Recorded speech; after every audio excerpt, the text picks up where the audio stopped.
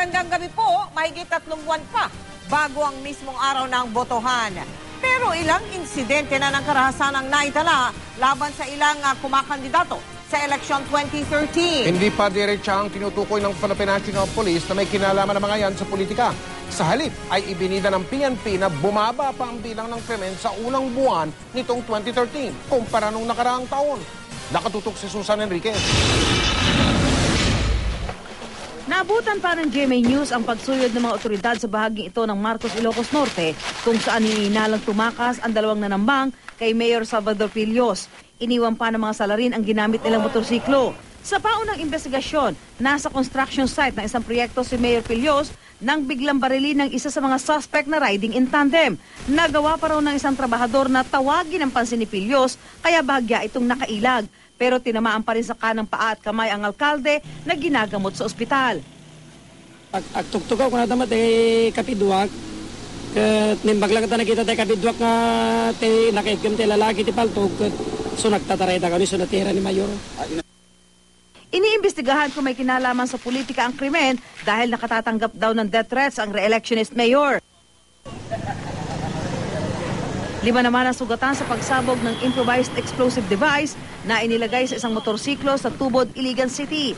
Itinabi ito sa mga sasakyang pag-aari ni na dating Salvador Mayor Johnny Tawan-Tawan at ni Attorney Omar Osop na tumatakbong board member ng Lanao del Norte. Nasa kalapit lang na restaurant sila nang mangyari ang insidente. Nadamay sa pagsabog ang ibang kumakain sa restaurant. Iniimbestigahan pa rin ang motibo sa pagpapasabog. Ay sa dating alkalde, matagal na rin daw siyang nakatatanggap ng mga banta sa buhay. Nitong Enero naman, binaril at napatay si Makunakon Mayor Erlinda Domingo sa Quezon City. Pero sa kabila ng tila sunod-sunod na insidente ng karahasan laban sa ilang kumakandidato ngayong eleksyon 2013, maingat muna ang pulisya sa pagsabi kung may kinalaman dito ang politika. Tinitreat namin to as a suspected election-related incident. At marami po tayong insidente niyan at patuloy po nating inaalam kung ano ba yung tunay na motibo. Giit din ng PNP, epektibo ang kanilang checkpoints. Bumaba nga raw ng 57% ang krimen sa Metro Manila nitong Enero kumpara nung Enero ng taong 2012. Nakatulong daw ang ipinatutupad na gun ban. Bumaba po ng 59% comparatively yung buwan lang ng January dito lang sa Metro Manila. Ganito rin ang tono ng COMELEC.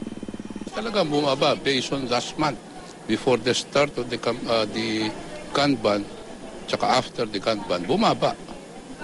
And we're talking here of nationwide. Now, ang lumaki, ang tumaas, yung highlight ng media na hina-highlight na may baril dito, may baril doon, yun, dumami yun. Sa ngayon, may tinukoy ng 889 areas of concern ang PNP, pero ayaw pa nilang tukuyin kung saan-saan ang mga ito. Susan Enriquez, nakatutok, 24 oras.